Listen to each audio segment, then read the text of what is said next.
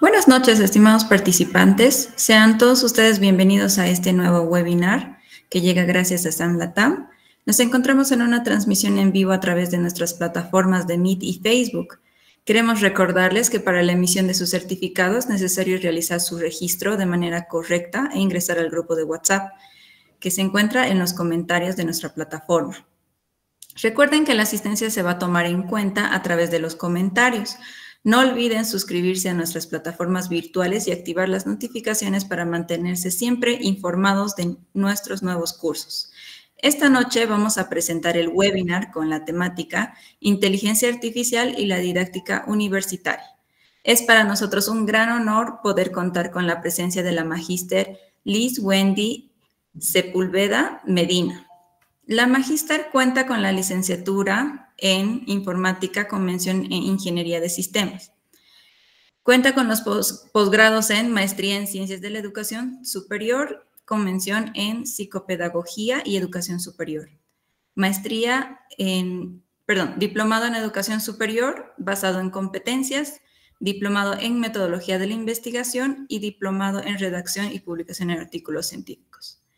Ahora sí, vamos a dar la bienvenida a nuestra disertante de esta noche. Muy buenas noches, magíster. Sea usted bienvenida a la sala. Adelante, por favor.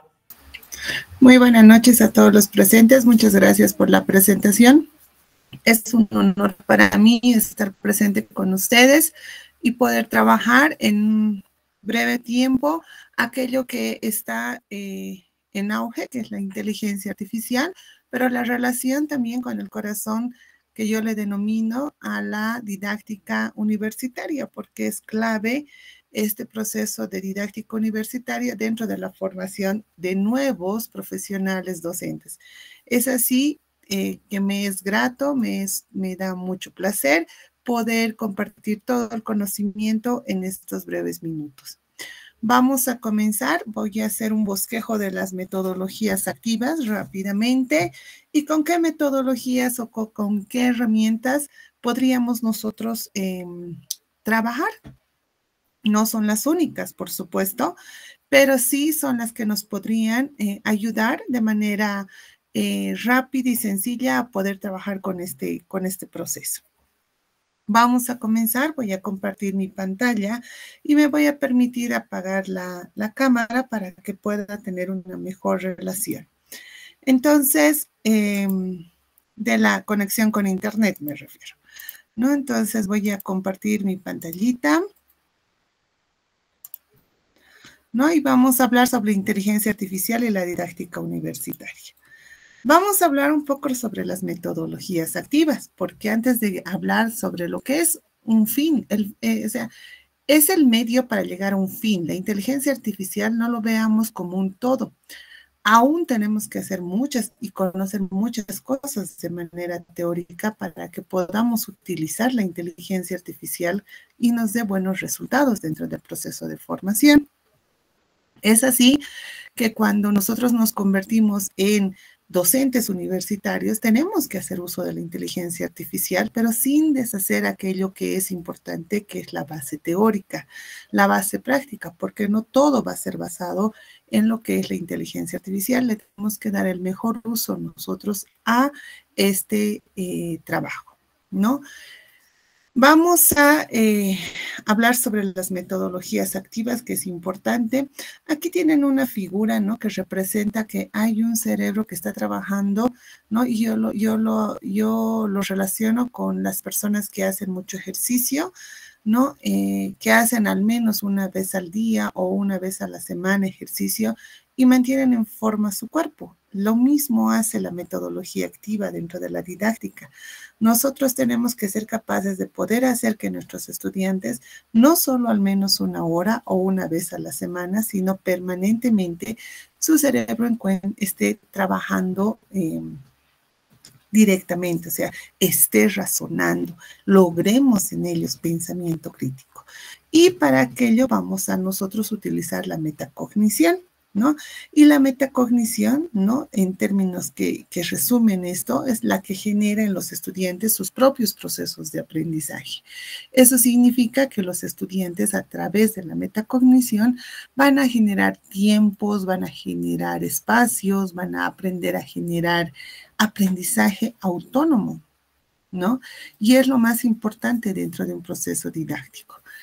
También dentro de las metodologías activas está el aprendizaje cooperativo, ¿no? Que es al que pretendemos llegar, porque aún trabajamos con aprendizaje colaborativo, pero también les comento, colegas, que muchos de nuestros docentes todavía trabajan con tareas en grupo, ¿no? Y las tareas en grupo no tienen relación ni con el colaborativo ni con el cooperativo. Por eso debemos trabajar en equipo, ¿no? Pero cuando trabajamos en equipo y a través de un aprendizaje colaborativo, en donde colaboramos, todavía seguimos una norma, todavía seguimos como un horizonte que nos marcan y todos seguimos ese paso, ¿no? Es como que se les da la directriz a los estudiantes y los estudiantes se reúnen para hacer eso que ha pedido el docente.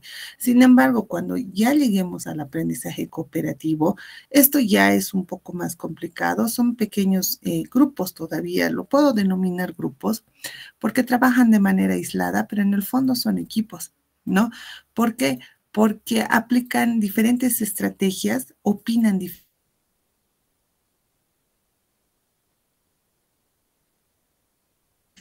y forman un todo.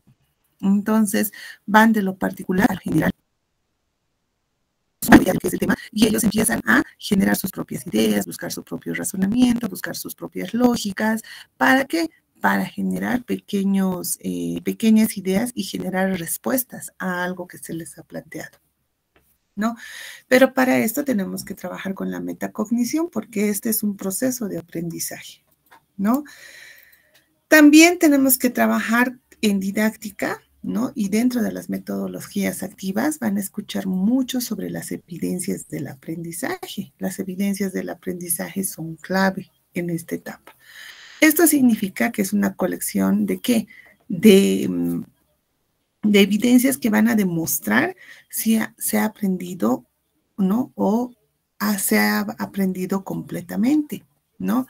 Entonces es como que tenemos una carpeta y en esa carpeta nosotros vamos almacenando el trabajo diario de nuestros estudiantes. Cuando hablamos de una didáctica basada por competencias, una didáctica de competencias sociocrítica, por ejemplo, o de otros tipos de modelos de aprendizaje que ahora se tienen, además del aprendizaje por competencias, no tenemos que demostrar que el estudiante ha aprendido, a diferencia de un aprendizaje conductual.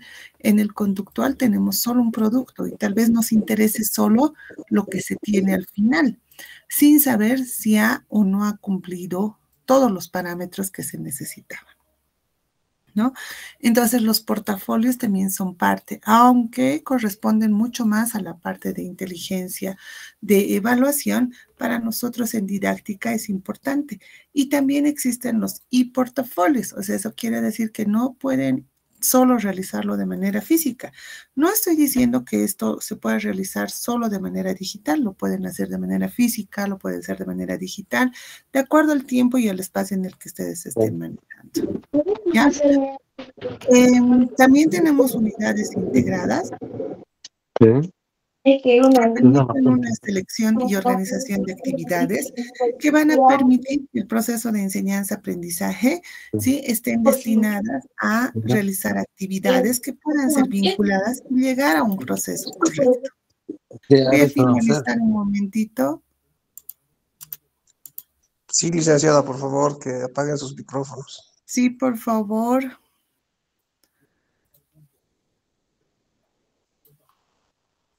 Creo que ya apagaron. Tengan mucho cuidado con sus micrófonos, colegas. Ahora sí. Muy bien. Entonces, sobre las metodologías activas, en realidad trabajamos sobre esta base, ¿no? ¿Cuál es el fin de una metodología activa en didáctica universitaria? Que el estudiante sea autónomo en su propio aprendizaje. Eso significa no ser autodidacta, ¿sí? Hay una diferencia entre autodidacta y entre aprendizaje autónomo. Cuando estamos con aprendizaje autónomo es guiado, ¿no?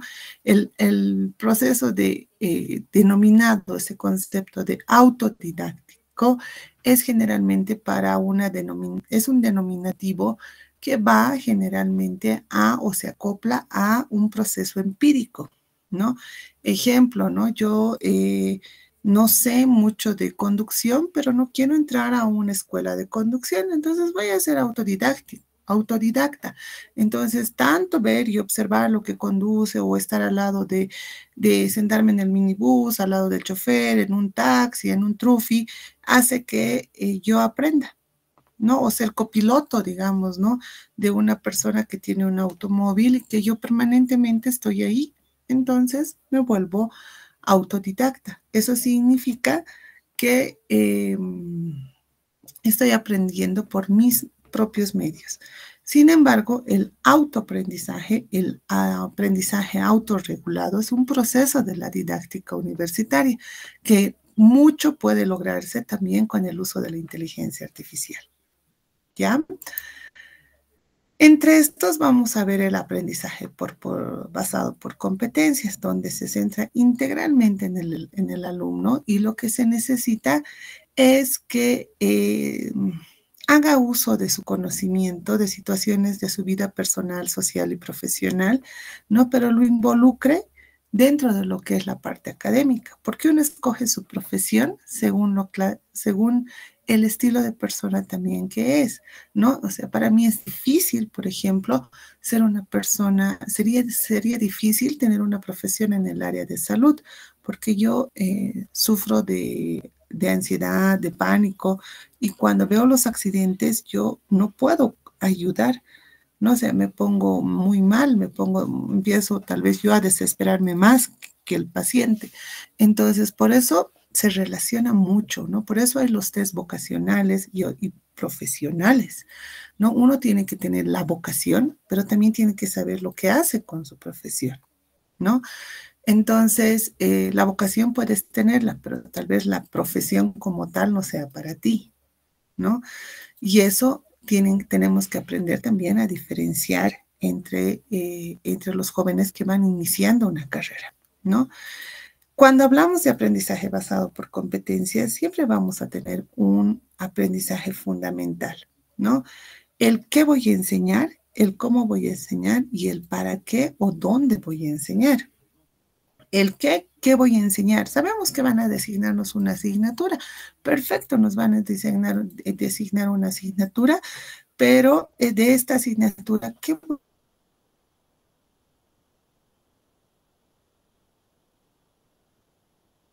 voy a enseñar? Porque no todo lo que está en el plan académico es realmente útil, ¿no? Tenemos que actualizarlo, lo tenemos que ver según nuestros medios, no sé, hay muchas cosas que se pueden hacer. El cómo es el proceso didáctico y ahí entra la parte de inteligencia artificial. O sea, vamos a aprender un poco ahora de algunos recursos de didáctica, pero también algunos recursos tecnológicos que están relacionados con la inteligencia artificial que nos van a permitir hacer el cómo voy a enseñar, ¿no? Y el para qué, lógicamente, ustedes necesitan saber el objetivo, la competencia general que se va a lograr, ¿no? ¿Por qué? Porque si no alcanzamos el objetivo o no llegamos a cumplir la competencia en los estudiantes, estaríamos fallando nosotros como docentes en este proceso. Tenemos que lograr un aprendizaje profundo, ¿no? O sea, es necesario realmente que nuestros estudiantes aprendan. No tenemos que dejar la vieja escuela. La vida es donde se aprende bien y si no aprende también, ¿no? Mientras que ahora se utilizan estrategias, actividades, técnicas, ¿no? Mentales, conscientes e intencionales. La motivación influye mucho, bastante. Las diferentes formas de llevar nuestra clase es también parte de la motivación y va a generar aprendizaje profundo. Eso quiere decir que vamos a poder aprender, que nuestros estudiantes van a poder aprender todo. No pensemos en que van a aprender al 100%, pero vamos a tener un porcentaje de aprendizaje y eso lo vamos a ir demostrando a lo largo que vayan realizando sus actividades, ¿no? Porque cuando hacemos aprendizaje basado en competencias, vamos realizando actividades. Y es importante que el docente maneje bien sus contenidos, los temas, los subtemas, ¿no? Garanticen el conocimiento que se necesita, qué información considera mínima, indispensable, qué es lo que debo sacar o no, ¿no? ¿Qué se debe omitir? Porque se puede hacer una omisión de un 30% de actualización, aún no esté siendo cambiada la malla curricular, pero todo se actualiza, nada es permanente, todo sufre cambios, ¿no? Y nosotros en la vida profesional así lo vemos, entonces cada año podemos hacer algunos ligeros cambios que nos permitan lograr este proceso, ¿no? A través de esto vuelvo a hablar sobre la metacognición. ¿Por qué? Porque tengo que saber qué es la acción de conocer, ¿no? O sea, a través de la metacognición vamos a saber qué es. Es la acción de conocer. Tengo que lograr que mi estudiante conozca, ¿no? Aquello que yo le estoy enseñando. ¿Qué implica la metacognición? Tengo que regular su proceso de aprendizaje, es decir, que pueda hacerlo cada vez mejor. Por eso hacemos actividades en aula diarias, ¿no? Lo mismo sucede en un diplomado, porque si yo no aplico esto en el diplomado, por ejemplo, ¿cómo sé que mi estudiante está aplicando un proceso de metacognitivo? ¿O cómo sé que mi estudiante está aprendiendo? ¿O cómo sé que mi estudiante está realizando las actividades? El que tengan la cámara encendida para nada es un proceso metacognitivo. No implica que ustedes estén atentos a mi sesión, ¿no? Pero el que yo les dé una actividad y ustedes realicen la actividad y puedan defender y puedan analizar respecto de su asignatura, ese es un proceso metacognitivo, ¿no? ¿Qué preguntas para planificar su aprendizaje? Eso también es parte de la metacognición, o sea, ¿qué quiero aprender?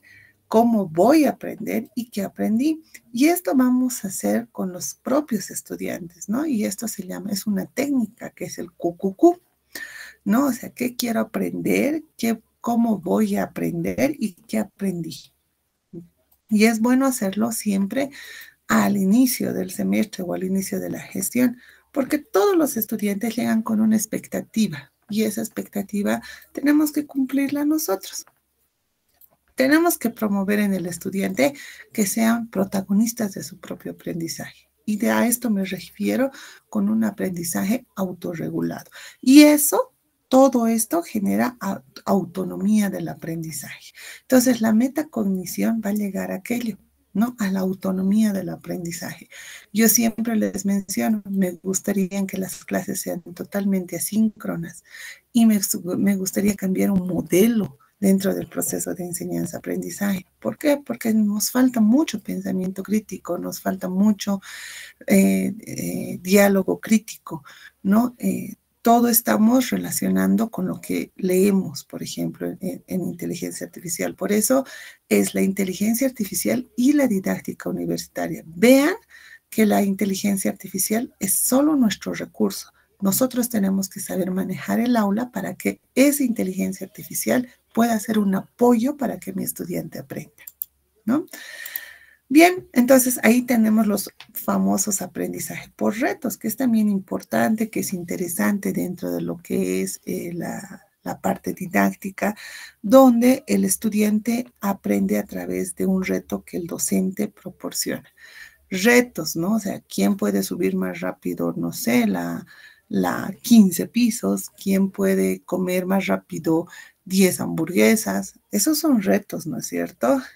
De la misma manera, existen retos en educación, pero ojo, ¿no? Este aprendizaje ya se lo realiza cuando ya hay un conocimiento previo, sobre todo. O sea, ya en un sexto, séptimo, octavo semestre o en un tercer, cuarto, quinto año, ¿no?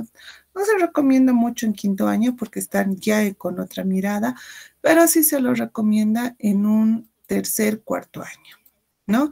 Donde planteamos retos y los estudiantes realmente se emocionan por cumplir ese reto, ¿no? Y ese reto pues tiene que tener es como que ir a trabajar, ¿no? Pero con tus propios recursos, obviamente, pero guiado por el docente, ¿no? Y el docente, para que este reto funcione, tiene que planificarlo muy bien. ¿no? Existen mini retos, retos curriculares, retos capitales, desafíos estratégicos, los nanoretos. Generalmente trabajamos nosotros con retos curriculares o mini retos, pero que siempre han servido de apoyo. No todos los docentes utilizan. Generalmente cuando leo planificaciones, leo que están utilizando aprendizaje basado en proyectos, en problemas, pero ¿será que lo están utilizando? ¿Será que lo están haciendo bien? Porque todo tiene su grado de complejidad.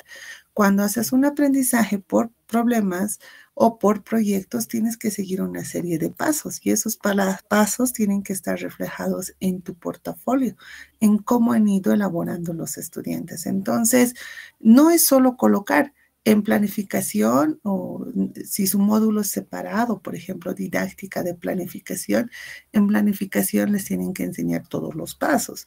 En didáctica generalmente yo vuelvo a repasar, pero hacen todo su proceso didáctico, ¿me entienden? O sea, hacen qué es lo que vas a hacer en aprendizaje por retos, cumpliendo las fases. O sea, plantea un reto. Para eso también podemos ayudarnos con lo que es inteligencia artificial, que al finalizar vamos a ver, ¿no?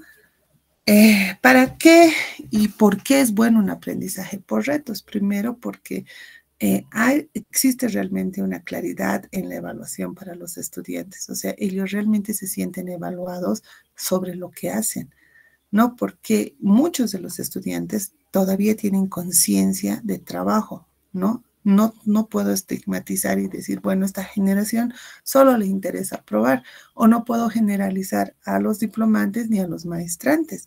Por lo tanto, tengo que saber que hay estudiantes que todavía no se ven reflejados en que tienen que aprender, ¿no?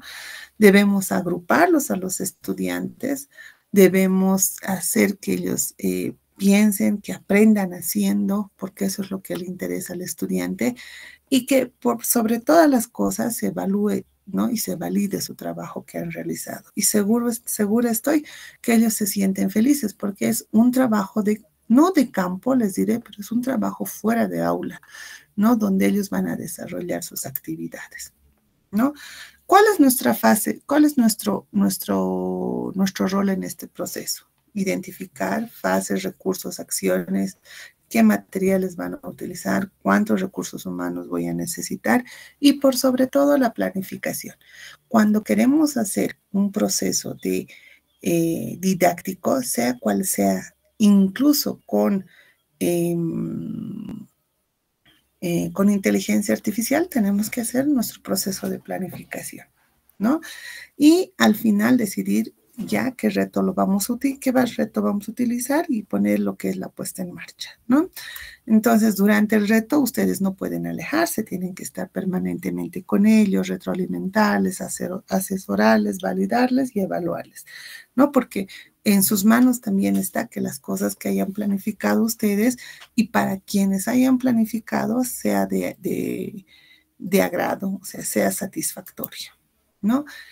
El siguiente aprendizaje que es interesante dentro y se lo puede trabajar también en equipos, ¿no? Es el cooperativo, ¿no? Y aquí este es el que más me interesa. Sigan la línea verde y dice, el aprendizaje no es un encuentro deportivo. O sea, cuando yo doy clases virtuales, por ejemplo, no me gusta que solo me escuchen, me gusta que me pregunten, me gusta conversar, me gusta hablar. No sé, no es necesario que enciendan su cámara, pero sí es necesario que participen, ¿no? Que den sus puntos de vista, que exista una participación. Cuando yo genero diálogo, siento que estoy enseñando, pero cuando todos se quedan callados, siento que nadie me ha escuchado, ¿no? Entonces, tienen que ustedes mismos ponerse eso en mente. El aprender no es lo mismo que ir a una cancha de fútbol y solo mirar el partido. No, no es aquello. No es ser espectador, sino es ser partícipe de la sesión. Y eso tiene que ser de la misma forma tanto en el aprendizaje presencial como en el aprendizaje virtual. Y esto implica que los estudiantes tengan mayor relación con sus compañeros. Ustedes saben que en el campo laboral ahora se necesita cooperación. Se necesita personas con una alta capacidad de pensamiento y razonamiento crítico, ¿no? Que sean, que puedan desenvolverse en las áreas, ¿no? Esos generalmente son las personas que se quedan laboralmente en el puesto, ¿no? De trabajo. Pero si esto no fortalecemos en la preformación profesional, les cuesta mucho cuando salen profesionales, les cuesta mucho relacionarse en equipo, porque nunca hemos dejado de escuchar y yo puedo hacer solo, ¿no? Y yo puedo hacer sola, y es que no entienden que es primero un trabajo colaborativo. No, o sea, se ha planificado, pero es que yo trabajo y ahí es donde entramos con la autorregulación de tu aprendizaje. Todos trabajan, todos tienen hijos, todos tienen, veamos con que todos lo tienen, como que algunos también no lo tienen, pero igual disponen de su tiempo, porque ese tiempo podrían estar jugando con los amigos o durmiendo, pero también están autorregulando su tiempo, entonces están autorregulando su aprendizaje, ¿no? Entonces, y esas personas generalmente son las que fracasan en su proceso de aprendizaje y fracasan en los puestos laborales, porque como se han acostumbrado a trabajar solos, no toleran trabajar en equipo, no toleran, no son pocos resilientes, ¿no? Y mucho menos van a trabajar con un aprendizaje cooperativo, o sea, con propuestas, ¿no? Siempre van a querer seguir un parámetro. Ya se van a adecuar tal vez a un aprendizaje colaborativo, pero no van a poder trabajar con un aprendizaje cooperativo, como cuando el jefe viene y te dice, a ver, hazme una propuesta, ¿no? Y de pronto me tocó también escuchar lo mismo, ¿no? Yo tengo ideas muy buenas y a veces me dicen, ¿por qué no me haces una propuesta de lo que estás pensando? ¿No? Y luego nos reunimos todo el equipo y vemos qué aportan en tu propuesta. Ese es un aprendizaje cooperativo y eso deberían haberme exigido a mí aprender a hacer una propuesta y debatir sobre la propuesta y sacar temas o proyectos o soluciones a problemas, ¿no? Entonces el aprendizaje cooperativo es muy bueno, ¿no? El aprendizaje de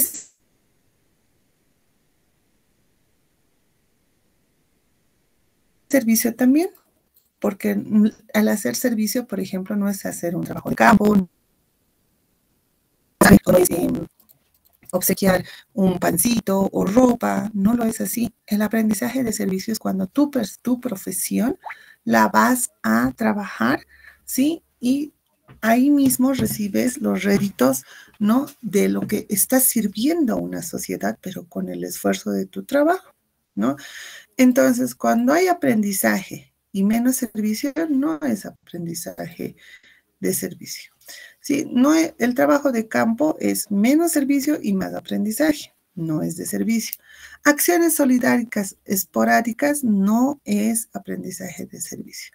En realidad, ¿no? Aprendizaje de servicio es aquello que nosotros conocemos y vamos a aplicarlo en una comunidad, en una zona, en una escuela, en un colegio, en cualquier lugar. Conocemos aquello y posteriormente a eso nosotros aprendemos, ¿no? O sea, vamos a apoyar y cubrir, ¿no? Tiene sus fases también, tienen su punto de partida, o sea, que donde necesitan más de nosotros en realidad. Lo que sé, lo que quiero saber, porque lo que sé es lo que voy a ir a ayudar y lo que quiero saber es qué experiencia voy a traer del lugar, ¿no? Hay que organizar las actividades porque estás trabajando ya con personas, ¿no? Y no puedes equivocarte. Tienes que tener la creatividad puesta en marcha, o sea, ir ahí y seleccionar y hacer las actividades y luego compartir y evaluar lo aprendido, ¿no? Porque algo has debido aprender tanto del servicio que has hecho como del trabajo que has realizado, ¿no? Las narraciones, por ejemplo, son también interesantes. Las narraciones no son nuevas. Las narraciones existen desde súper antiquísimo, existen desde hace mucho tiempo atrás, ¿no? Pero aprender con una narración a veces lo han visto como un estigma solo en el área social. Sin embargo, las narraciones ahora se aplican en todo nivel, ¿no? Son denominadas storytelling y generan siempre una motivación estimulamos la motivación, la innovación, ¿no? Es parte de una estrategia donde el estudiante va a aprender haciendo. Pero el primero en crear su historieta deberían ser ustedes. Por ejemplo, esta historieta es mía. No la van a encontrar en otro lugar. ¿Por qué? Porque esto lo he creado yo. Es una historieta para aprender qué es una historieta, ¿no? Entonces, esta es de mi autoría. Pero para que yo te enseñe a vos una historieta y tú puedas hacer una historieta, esto es lo que tienen que hacer, ¿no? Y pueden también para esto ayudarse con un poco de inteligencia artificial, pero seleccionar el texto, porque en inteligencia artificial lo que nosotros necesitamos es recopilar la información y filtrar lo que sirve y lo que no sirve. No puedes copiar y pegar sin tener una razón, ¿ya? Es una estrategia que sirve para generar creatividad, ¿no? Se puede crear historias con los temas que se trabajan, promueve la motivación, interactúan mejor los estudiantes y cuando aprendes de forma diferente, ten la seguridad de que vas a recordarlo siempre. No se olviden que nosotros recordamos lo que aprendemos no porque por lo que hemos aprendido, sino por cómo nos han enseñado, ¿no? Entonces, por cómo nos han enseñado es que ahora nosotros trabajamos, ¿no? Por ejemplo, esta historieta no es mía, esta historieta la he extraído, pero como ustedes pueden ver, esta es una historieta que te enseña las variables, ¿no? Te enseña variables. Y estas variables son interesantes desde el punto de vista de enseñarte que no es lo mismo una constante que una variable, pero te enseñan con una historieta. Entonces ahí rompemos el estigma de aquello que se denomina, ¿no? Que las narraciones o las historietas solo son utilizadas en el área social. Los memes también son muy importantes, generan memoria a largo plazo, ¿no? Todos sabemos generar un meme, ¿no? Podemos hacerlo, lo vamos a ver. Y, por ejemplo, siempre estoy pendiente de ti. Pero la idea es que recuerden la pendiente, la fórmula de la pendiente, ¿no? Los memes se caracterizan por aquello, por generar memoria a largo plazo, ¿no? A veces los chicos repasan y de una y otra vez empiezan a repetir las fórmulas, pero no pueden ni logran concluir, ¿no? Entonces eso es un punto clave. Existen tesis sobre memes en didáctica y tesis muy interesantes, ¿no? Que hacen y se ha demostrado que tienen mucha efectividad en el proceso de enseñanza-aprendizaje, ¿no? La gamificación, por ejemplo, ¿no? Que no es lo mismo que aprender jugando. La gamificación obviamente viene de juego y genera resultados muy buenos en los estudiantes, ¿no? Les gusta resolver problemas y a los estudiantes les gusta mucho romper metas, o sea, llegar a una meta, ¿no? Y nosotros podemos evitar mucho la deserción con los procesos de gamificación, ¿no? Se tiene que trabajar con dinámicas, mecánicas y componentes, motivación, feedback, logros, muchas cosas que van a generar este proceso, ¿no? Tenemos modelos, diferentes modelos para gamificar. Uno de los que se trabaja, de los que por esta vez les voy a mencionar, es el dispuesto a jugar. Este que tiene una motivación extrínseca, o sea, que le encanta recibir recompensas de lo que hace. El menos dispuesto a jugar, ese es el que como que rechaza el juego y no lo ve como un proceso de enseñanza, y el que no quiere jugar. Pero en el proceso de formación que van a seguir en el diplomado es que se les enseñe este trabajo, ¿no? O sea, de cómo hacer que el no dispuesto a jugar juegue y vaya ahí, ¿no? El menos dispuesto a jugar se incorpore, y de lógica al que le gusta jugar y recibir algo a cambio, ¿no? Lo haga con mucho agrado y empiecen a lograr metas y empiecen a aprender, a recordar lo que han aprendido, ¿no? La gamificación siempre trabaja con retos. Si son muy fáciles, se pierde la motivación. Si son inalcanzables, también como que no les gusta. Pero si son alcanzables, ¿no? Son recompensados, les gusta, entonces la gamificación va a tener éxito. Generalmente son como niveles. Imagínense los juegos de PlayStation que van subiendo sus niveles. Así se hacen los procesos de gamificación, ¿no? Se trabaja con la famosa tríada PBL, donde se les asigna puntos, porque en eso consiste la gamificación en realidad. Se trabaja con insignias, o sea, a todos nos gusta que nos galardonen. O sea, que les digan, uy, te ganaste 1 punto, te ganaste 2 puntos, o eres el mejor, o sigue adelante, es motivante, ¿no? Y entonces eso hace que el estudiante rompa ese esquema de proceso de aprender solo mirando el pizarrón o solo escuchando una clase, ¿no? Los tablones de clasificación, los puestos que ocupan y todo aquello también es importante, ¿no? Pero debemos seguir nosotros un rol y ese rol es establecer el objetivo, identificar jugadores, diseñar los elementos de gamificación, diseñar las actividades y por supuesto siempre retroalimentar, porque si no, no serviría de nada. ¿De qué serviría que te diga yo, te has equivocado, pero no te puedo decir en qué te has equivocado? Eso no está bien, no es lo correcto. Entonces tenemos que empezar a trabajar sobre aquello, ¿no? Este es un ejemplo, como que pueden ver, sobre cortito, porque se lo desarrolla más, sobre un proceso de gamificación, donde entra el título del juego, qué objetivos procedimentales van a realizar y las reglas del juego que van a tener, como cualquier otro juego.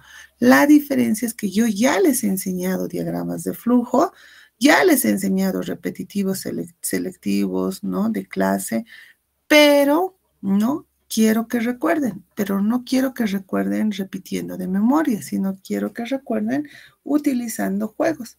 Y eso hace que pues este proceso mejore.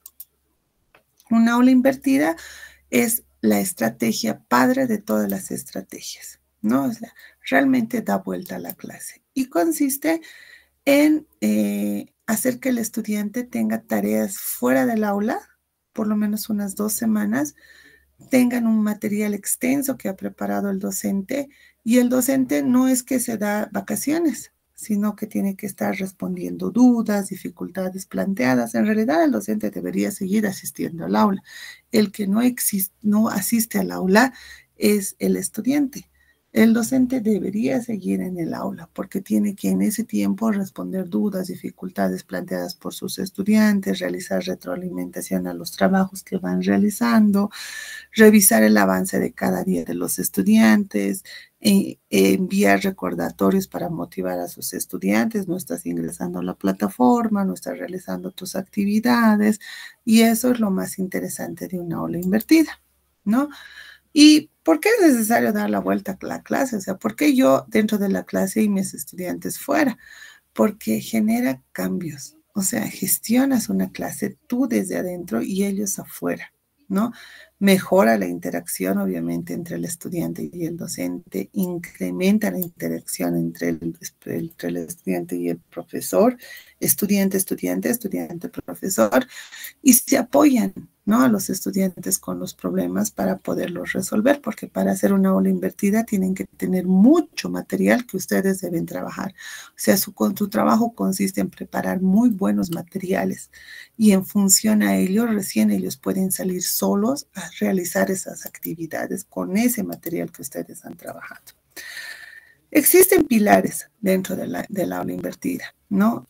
Primero que tenemos que saber en qué asignatura la vamos a trabajar, que su ambiente sea flexible, o sea, que no sea que tienen que hacer actividades que tengan que viajar, por ejemplo. Debemos evitar algunos hechos que sean mucho más cercanas las actividades que tienen que realizar.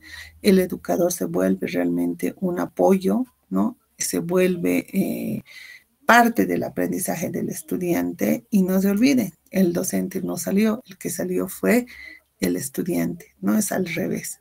Pero lamentablemente la cultura del aprendizaje juega un papel muy importante. Aquí en Bolivia no tenemos esa cultura del autoaprendizaje.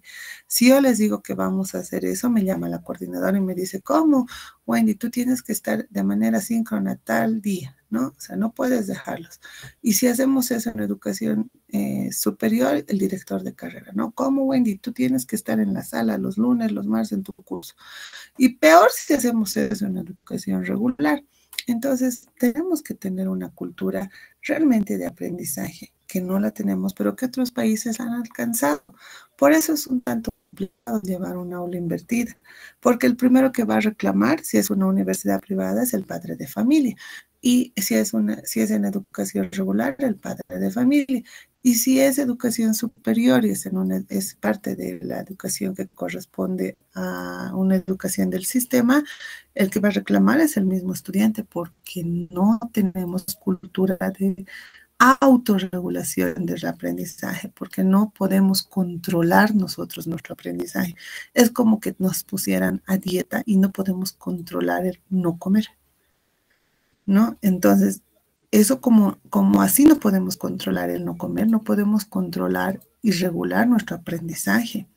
Por lo tanto, creemos que todo debe darse y ofrecerse por el profesor. Te va a ofrecer material, te va a dar videos, obviamente, no les enseñaría algo yo que no tenga una fundamentación, pero quieren escucharlo, quieren verlo siempre, ¿no? Entonces, esas son las condiciones que a veces limitan a una aula invertida, pero que, bueno, ya se está dando y se está dando en muchas universidades, ¿no? Una aula invertida tiene una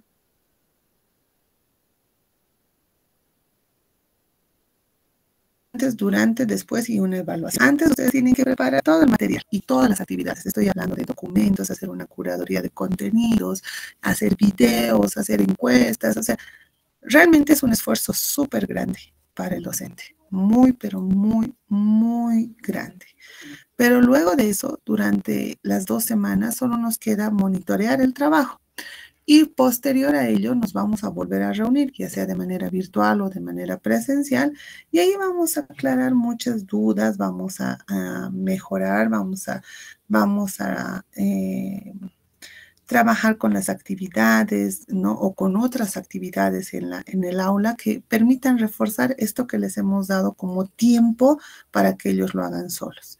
Va a terminar eso y se va a terminar esa sesión y va a haber un después de la clase, donde ustedes tienen que mandar más problemas, más ejercicios, ya sea teórica o práctica, más literatura, no sé, ¿no? Y los estudiantes tienen que evaluar lo que han aprendido durante la clase y lo que han aprendido sin estar con la presencia del docente, ¿no? Para eso, y ahí sí vas a reforzar el aprendizaje.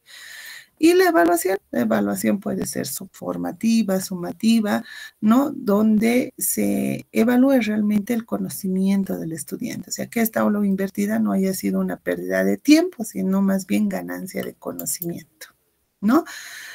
Bien, son estas referencias bibliográficas, por ahora están acá, que tienen relación, ¿no? Con lo que les he hablado, ¿no? Y ahora vamos a pasar a algunos aspectos de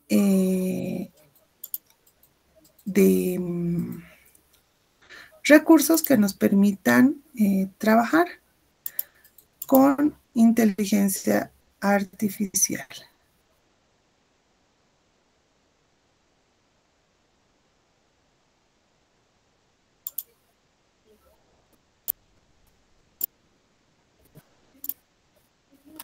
Entonces, para algunos ya deben conocer, este es un panel de Genially, donde también podemos utilizar inteligencia artificial. Tenemos los kits para poder trabajar, ¿no?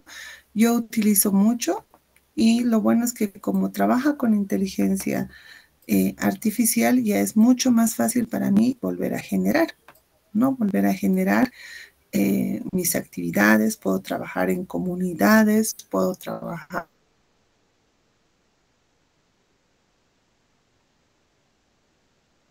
con mis propios compañeros, ¿no? Me han enviado muy buenos trabajos también utilizando lo que es inteligencia artificial en Genially. Podemos hacer aquí los videojuegos, podemos hacer infografías, podemos utilizar todo lo que les he hablado, pero utilizando Genially, pero aplicado a inteligencia artificial, ¿no? Todo.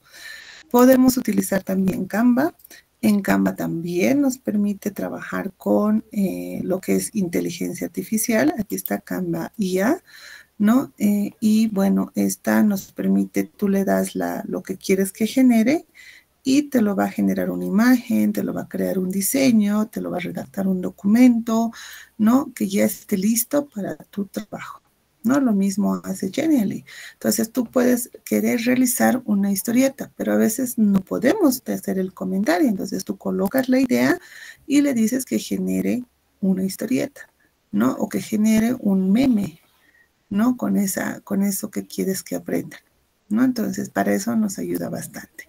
Y Padlet también podemos trabajar con IA, ¿no? En realidad nos sirve mucho Padlet para poder hacer comunicación con los estudiantes, pero también nos sirve para hacer planificaciones, plan de clase, ¿no? Con inteligencia artificial, pueden hacer sondeos de evaluación con inteligencia artificial, pueden hacer tableros personalizados donde puedan participar sus estudiantes, pueden generar archivos, libros interactivos, encuestas, preguntas, resúmenes, todo aquello que permita que pueden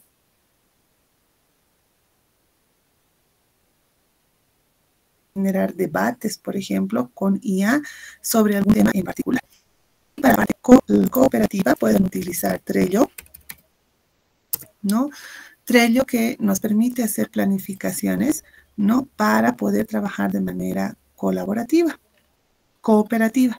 perdón.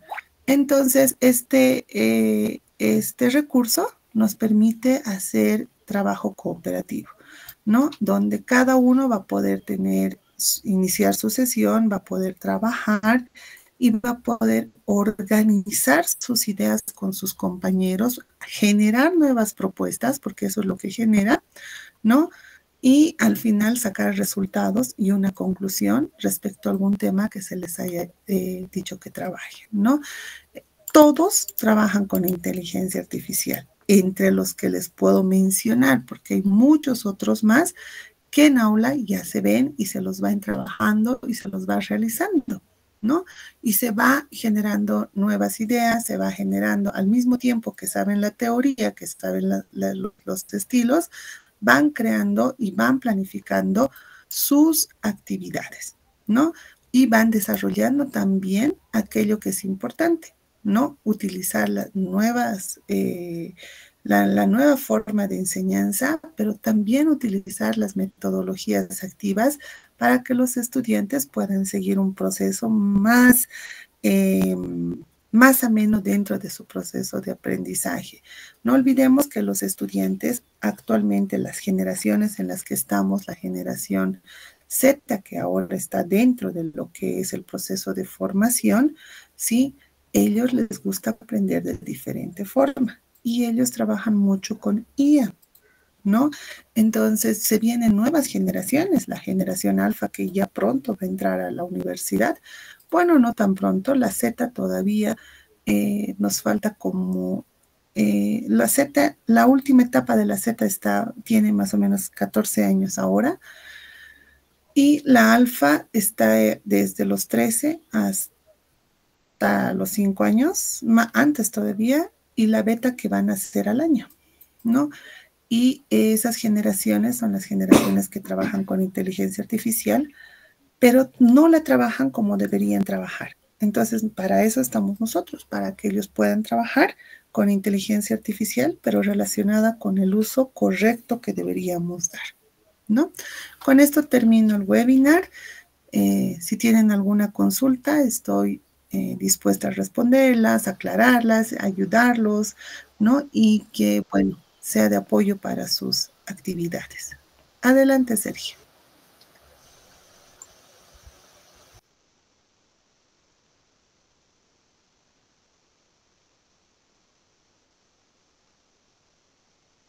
¿Aló?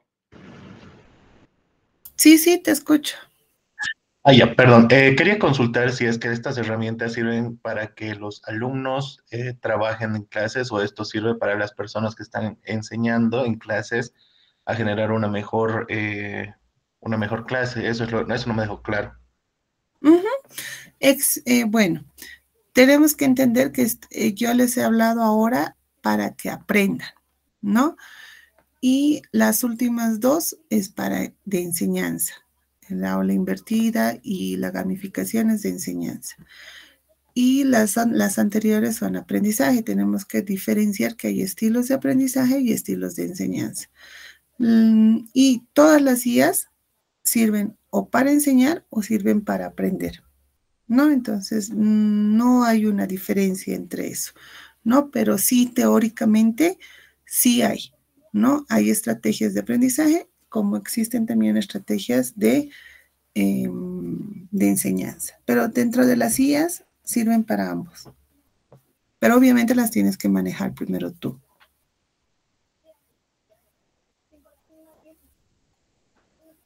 Adelante, Cecilia. Licenciada, buenas noches. En primer lugar, muchísimas gracias porque creo que ha dado un pantallazo bastante rápido de lo que es el uso de la IA actualmente en lo que es la educación. Me llamó la atención bastante el trabajo que presentó sobre el storytelling y solo por curiosidad me gustaría saber qué IA utilizó para preparar los dibujos, los gráficos, si es que simplemente tienes que colar, pegar o es que tú ya vas armando de a poco toda la narración. Gracias. Bien, Cecilia, he utilizado Genially.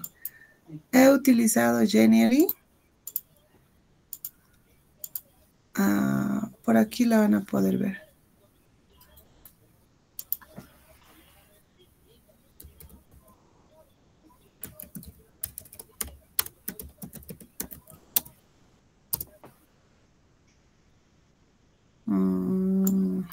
¿Qué se llama? Las revistas que tienen esto, ¿qué se llama? No son historietas, son... ay, no recuerdo.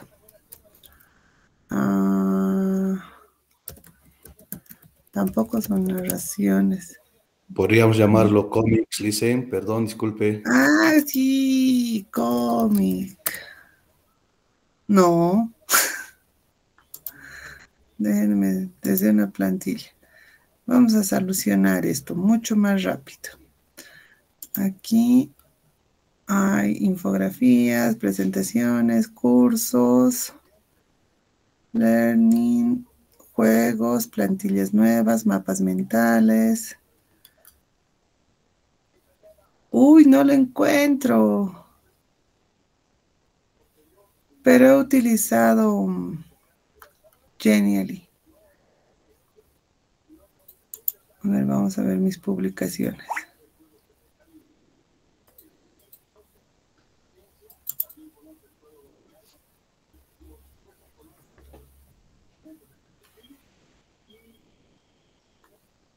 Por aquí lo van a ver.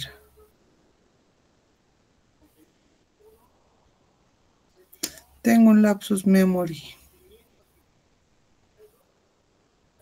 Todo esto es lo que yo hago en Genially. La plantilla está hecha. Lo que tienes que crear es tu contenido. Pero la diferencia es que ahora, como está incorporado con inteligencia artificial, le pides que te genere un contenido y te genera un contenido, ¿no? Te genera un contenido. Entonces, aquí ustedes seguramente van a ir encontrando. Aquí está. Esta es mi primera narración. Es una presentación cómica.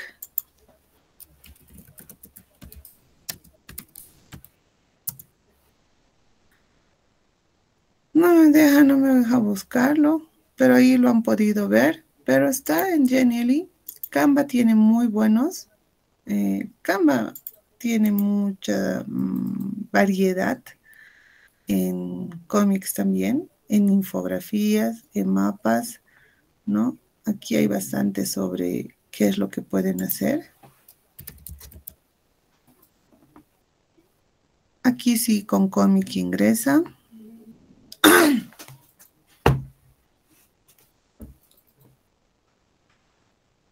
Está demorando un poco, pero bueno, aquí van a ir viendo los cómics de dibujos, de de todo lo que ustedes quieran y van modificando las imágenes según lo que ustedes deseen, ¿no?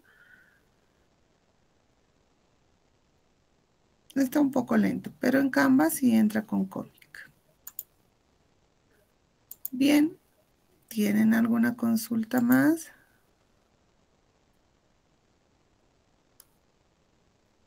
Adelante, Roger. Licenciada, muy buenas noches. Una consulta. De todos las IAs, bueno, que usted está manejando, casi siempre tienen a decir que las que son gratis no son tan completas. Quería saber si estas son gratis, si es de paga o si es que hay mejores atributos cuando son de paga. Tal vez esa aclaración, por favor, licenciada. En esta vida nada es gratis. Nada, absolutamente nada, ¿no?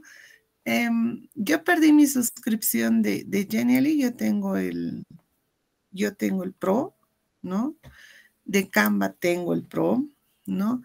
Pero el problema es que por nuestra situación ahora no nos dejan, estoy hablando de la situación del país, ¿no es cierto? Solo tenemos que ir al banco, activar la tarjeta cada mes para hacer la compra. Y por cuestiones de tiempo no pude ir, pero voy a ir en este mes, ¿no? Que se apertura recién. Y volver a comprar mis licencias Pro porque me permite trabajar. Muy pocas herramientas, ¿no? Son completamente gratuitas. Ni siquiera ChatGPT es gratuito. También tengo la licencia de ChatGPT y te dan mejores opciones, digamos, ¿no? Todo te va a dar mejores opciones con versiones Pro, ¿no?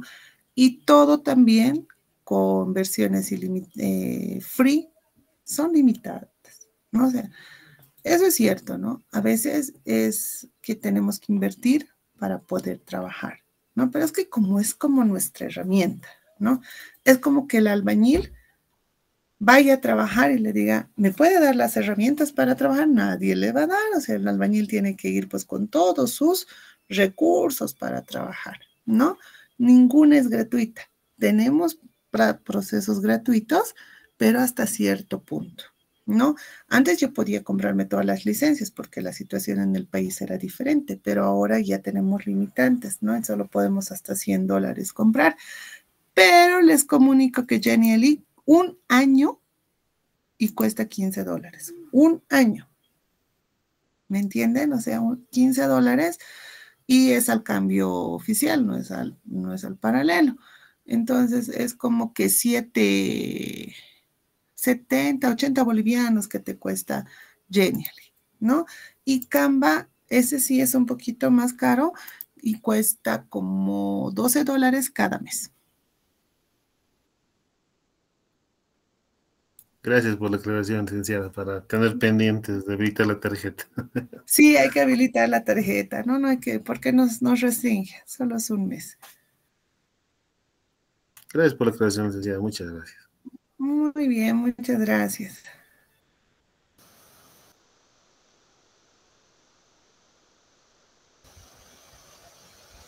Bueno, muchísimas gracias, Magíster, por tan Adelante, Luis.